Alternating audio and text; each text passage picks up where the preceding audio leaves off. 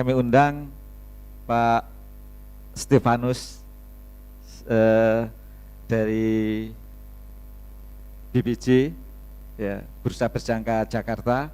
Kalau menurut Pak Stefanus ini Pak, bagaimana sih peranan di GFX ini di industri perdagangan berjangka dan di konteks ekonomi global yang seperti sekarang ini Pak, kira-kira prospeknya kayak apa?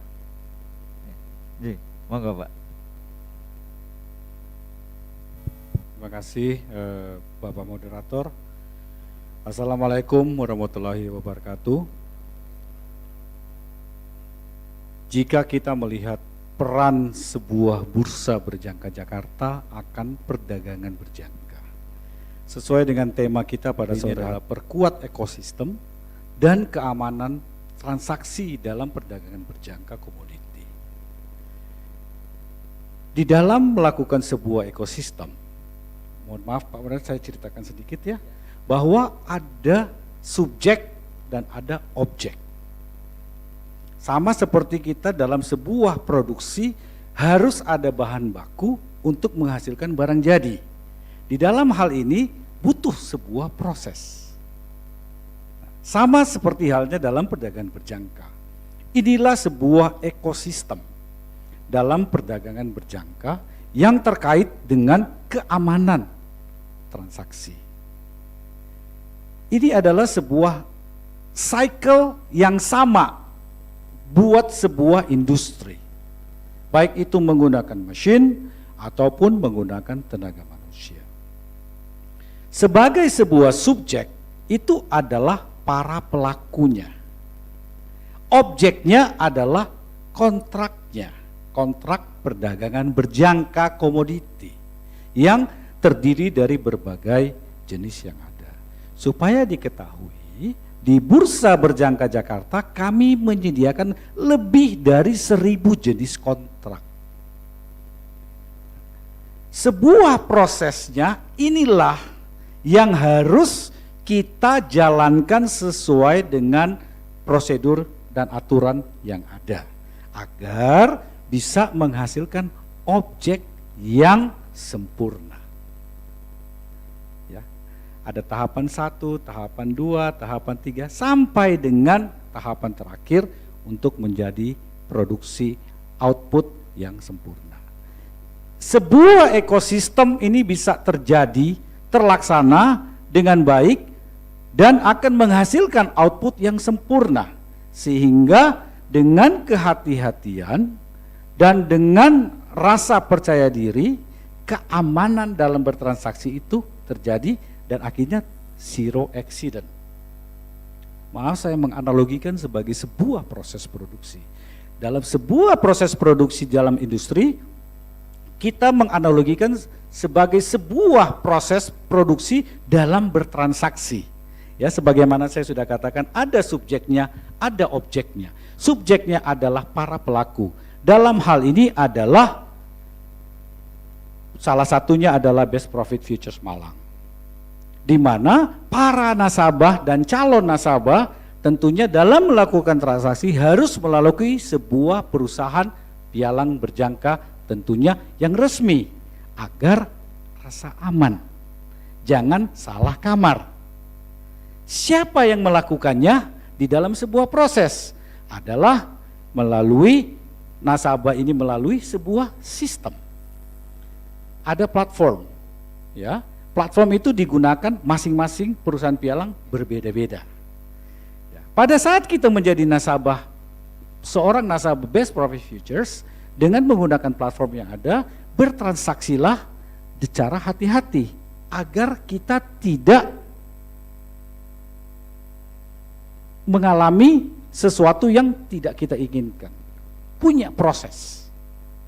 Ya, jangan, soalnya sekedar saya katakan, karena banyak sekali nasabah maupun calon nasabah yang maunya instan. Dewasa ini kan instan sangat terkenal, semuanya mau serba instan. Ya Pak ya, mungkin cuma mati yang nggak mau instan Pak.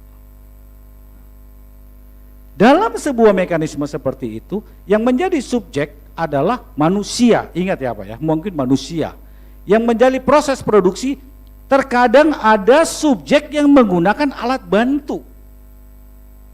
Dan ingat, alat bantu itu ciptaan manusia. Dalam hal ini bisa saya katakan seperti salah satunya alat bantu adalah robot, yang mungkin lagi terkenal sekali kasusnya di Malang setahu saya. Sehingga outputnya itu belum tentu sesuai dengan apa yang kita harapkan. Beda ya Pak, kalau kita misalnya, mohon maaf ya di bulan puasa, misalnya kita produksi kue, telur, apa mau produksi kue, kita ada telur, ada air, ada mentega, ada gula dan lain-lain, masuk ke dalam mesin, akhirnya keluarnya adalah roti. Ya, tidak mungkin kita masukin telur, tidak masukin gula, kita masukin terigu, keluarnya mangga. Nggak mungkin. Inilah sebuah proses yang harus kita pahami. Kita cermin dalam sebuah industri. Ya, karena ekosistem ini sudah ada dan menjadi baku. Subjeknya adalah sudah jelas manusia. Tentunya harus dipikir juga subjeknya pas atau enggak. Dan menjadi subjek jangan mau instan dan jangan percaya kasih kepada orang lain. Sehingga prosesnya itu berjalan dengan baik agar outputnya sesuai dengan ekspektasi kita. Kalau kita butuh produksi 10, jangan kita memaksakan diri menjadi 50. Kalau kemampuan produksi kita 2, jangan kita memaksakan jadi 10. Sesuaikan dengan kemampuan. Inilah menjadi sebuah mekanisme. Jadi sehingga ekosistem itu terbentuk dengan baik dan akhirnya menjadi sebuah siklus yang sempurna untuk perkembangan industri perdagangan berjangka komoditi di Indonesia. Termasuk kami, bursa dan dalam hal ini lembaga clearing. Legalitas sudah sah. Ada bursanya, ada BPF Malangnya, rekening ada terpisah, ada tersedia yang sudah disetujui Bapepti, menjadi anggota asosiasi, kantornya nggak pindah-pindah. Ini menunjukkan sebuah komitmen. Komitmen itulah menjadi sebuah ekosistem yang perlu dipelajari oleh para investor. Hingga rasa aman.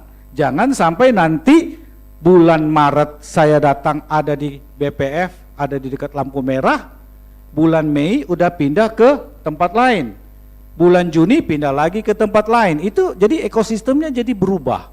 Tentunya ini salah satu pertimbangan yang harus dimatangkan dengan memikirkan resiko-resiko seperti ini buat para nasabah. Ya, Pak. Jadi ini mungkin saya mengutip sedikit dari pernyataan kalimat dari Bapak Tongam Tobing ya, Ketua Satgas Waspada Investasi, yaitu adalah untung senang, rugi tenang. Ya kan Pak? Jangan kalau untung pesta, rugi demo. Nah, ini juga perlu dipahami karena prosesnya tidak dilalui sebagaimana yang telah ditetapkan. Kalau kita kaitkan dengan ekonomi global saat ini, perdagangan berjangka masih sangat prospek sebagai salah satu sarana alternatif investasi. Tidak satu-satunya investasi.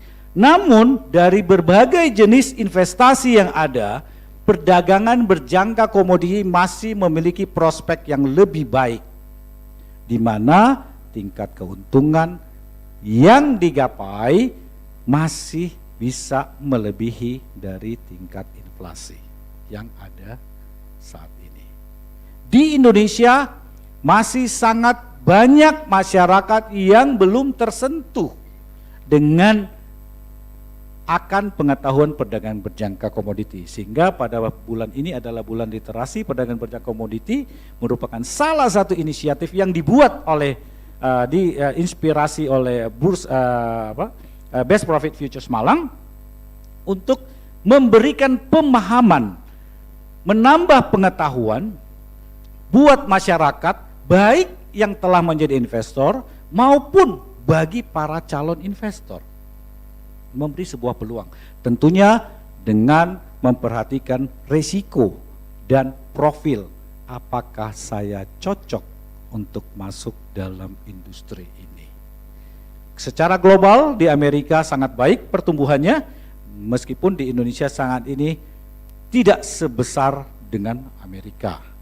Namun secara ekonomi global ini akan sangat membantu karena kita mempunyai dan bersandar pada global market. Kira-kira demikian, Bapak. Terima kasih. Terima kasih.